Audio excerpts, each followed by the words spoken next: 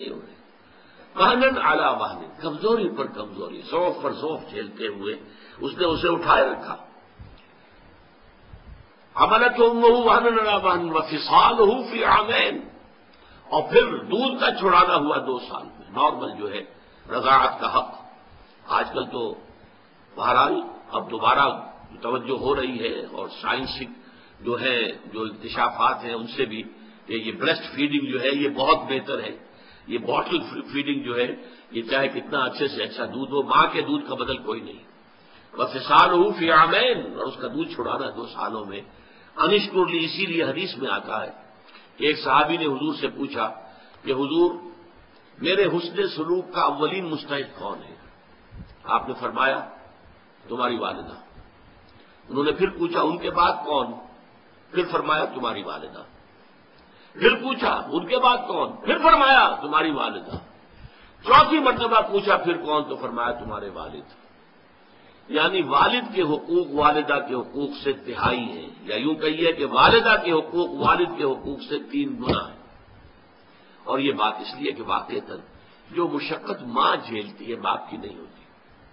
رات کو بھی ماں جاگتی ہے بالعموم، وہ باپ کو تو چاہتی ہے کہ سویا رہے، اسے کل جا کے کام کرنا ہے، مزدوری کرنی ہے یا کچھ اور کرنا ہے. بچہ رو رہا ہے تو وہ ماں جو ہے وہ اپنی نیند حرام کرے گی، کوشش کرے گی کہ باپ کی نیند میں خلل نہ آئے.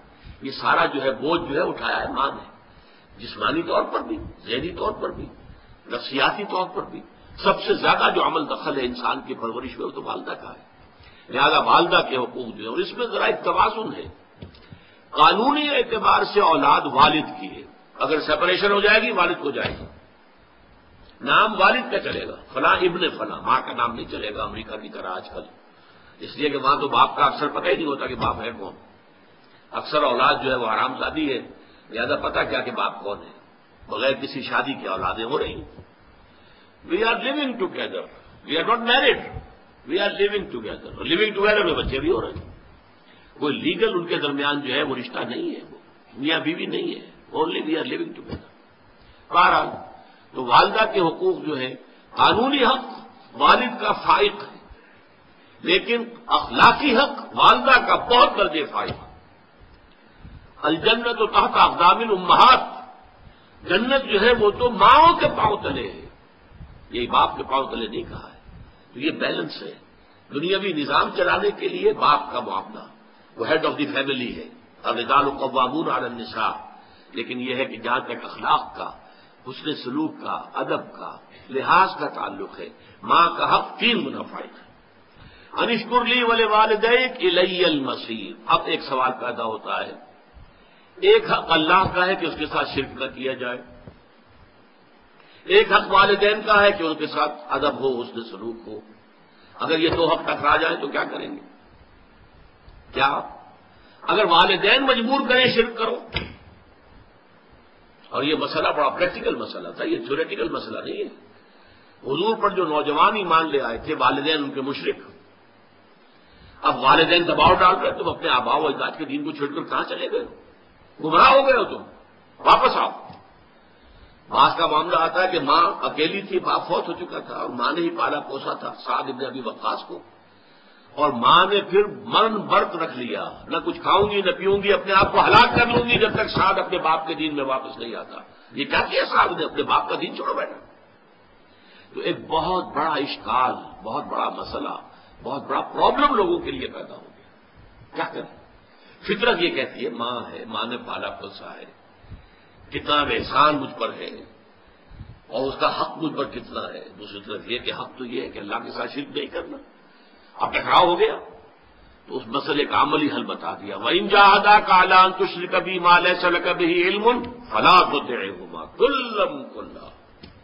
اللہ کا حق فائق ہے والدین کے حق پر، لہذا والدین اگر اللہ کے حق پر دست اندازی کر رہے ہیں، اگر وہاں جو چھاپا مار رہے ہیں، وہاں رقم لگا رہے ہیں، تو ان کی اطاعت نہیں کی جائے گی. فَلَا تُطِعْهُمَا، ان دونوں کی اطاعت مت کرو. کھلی کھلی بات، یہاں نو منسنگ آف دی ورڈز جس کو ہم کہتے ہیں، کچھ نہیں، صاف حکم.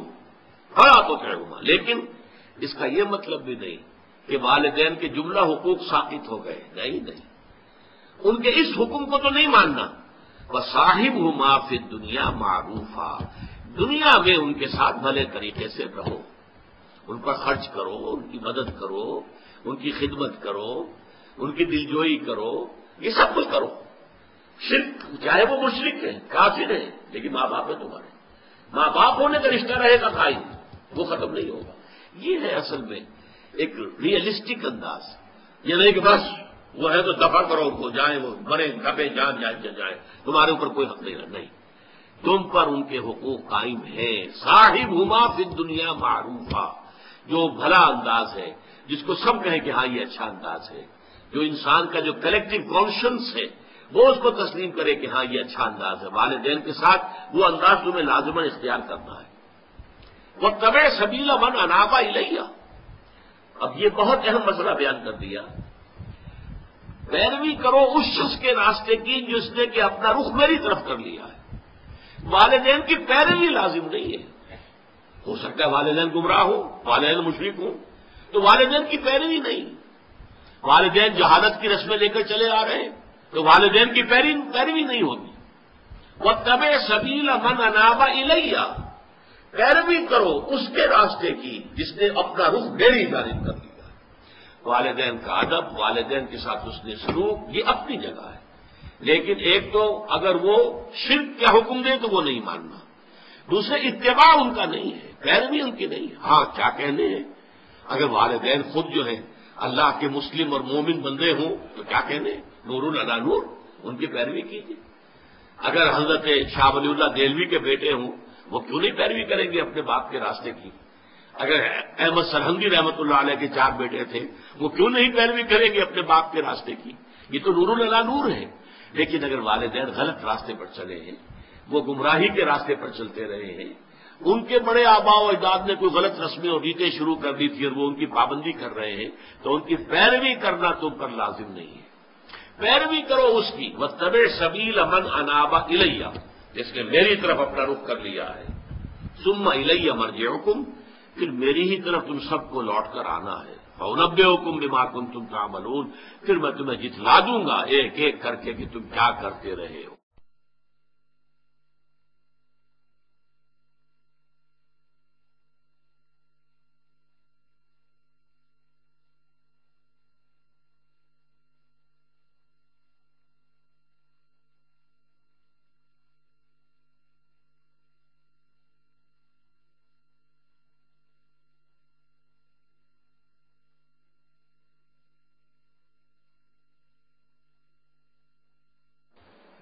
اما بعد فقد قال اللہ تبارک وتعالی كما ورد في سورة لقمان، اعوذ باللہ من الشیطان الرجیم، بسم اللہ الرحمن الرحیم، وَلَقَدْ آتَيْنَا لُقْمَانَ الْحِكْمَةَ أَنِ اشْكُرْ لِلَّهِ وَمَنْ يَشْكُرْ فَإِنَّمَا يَشْكُرُ لِنَفْسِهِ وَمَنْ كَفَرَ فَإِنَّ اللَّهَ غَنِيٌّ حَمِيدٌ۔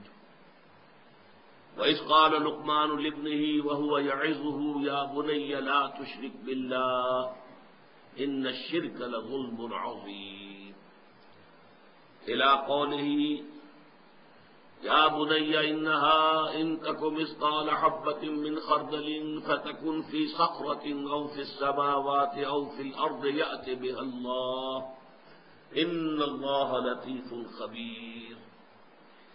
يا بني أقم الصلاة وأمر بالمعروف وانه عن المنكر واصبر على ما أصابك إن ذلك من عزم الأمور۔ صدق الله العظيم۔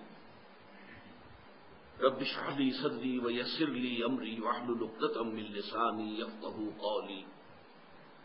اللهم ربنا الهمنا رشدنا واعذنا من شرور انفسنا، اللهم ارنا الحق حقا وارزقنا اتباعه وارنا الباطل باطلا وارزقنا اجتنابه، اللهم وفقنا لما تحب وترضى وتقبل منا فإنك خير المتقبلين، آمین یا رب العالمین۔